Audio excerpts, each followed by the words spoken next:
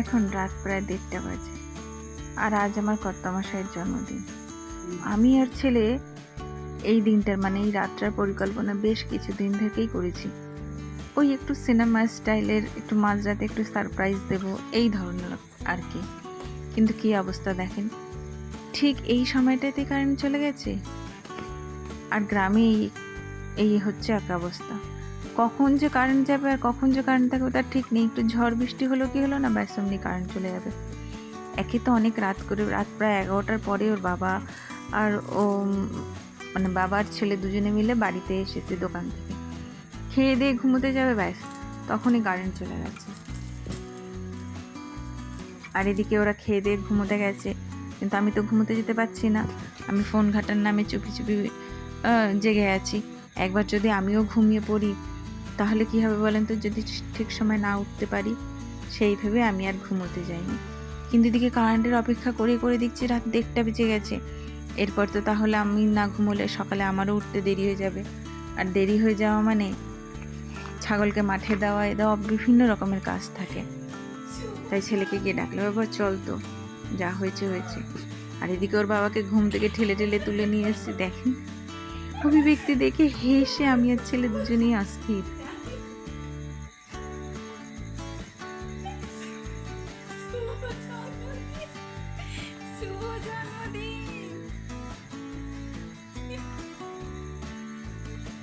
কাটো কাটো কাটো, হাতে ছিঁড়ি দাও।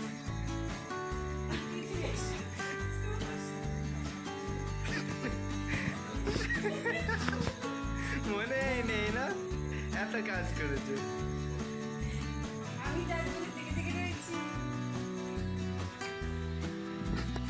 টুপি, কেক, গিফট এইসব ছেলে ঠিক করেছে। কেকটা ও নিজের পয়সা দিয়ে এনেছে, বাবার জন্য ওর উপহার ছিল।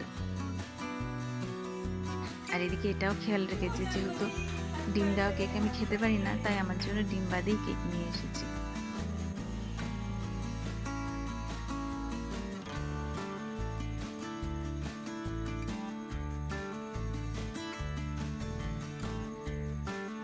অনেক দিন থেকেই পরিকল্পনা ছিল জানেন। ওর বাবার মনে খুব দুঃখ, কেউ জন্মদিনটা মনে রাখে না, কিন্তু এবার আমরা তো মনে রেখেছি।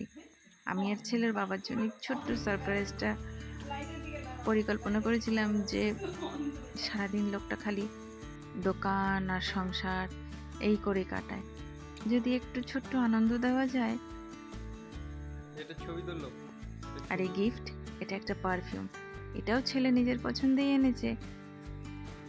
ওর বাবা তো খুব একটা পারফিউম ব্যবহার করে না, গ্রামের দিকে এইসবের একটু চল কম।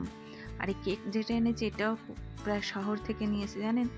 আমাদের গ্রামে এত ভালো কেক, এত ভালো গিফট খুব একটা পাওয়া যায় না, তাই ছেলে শহর থেকে নিয়ে এসেছে। দেখি গিফটটা পছন্দ হয় কি ওর বাবার। আমিও কিন্তু দেখিনি, বাবার নামে গিফট হলো, এটা তো বেশি ছেলেই ব্যবহার করবে। ছেলে এদিক ওদিক যায়, পড়তে যায়, ওরই লাগে। আর এদিকে তো সবকিছু মিটে গেল, এবার কেক খাওয়ার পালা। কিন্তু দেখুন অন্ধকারে একটা টিফিন কৌটো, একটা স্টিলের বাটি, এগুলোই জোগাড় করেছি, একটা প্লেট পর্যন্ত আমি পেলাম না হাতের কাছে।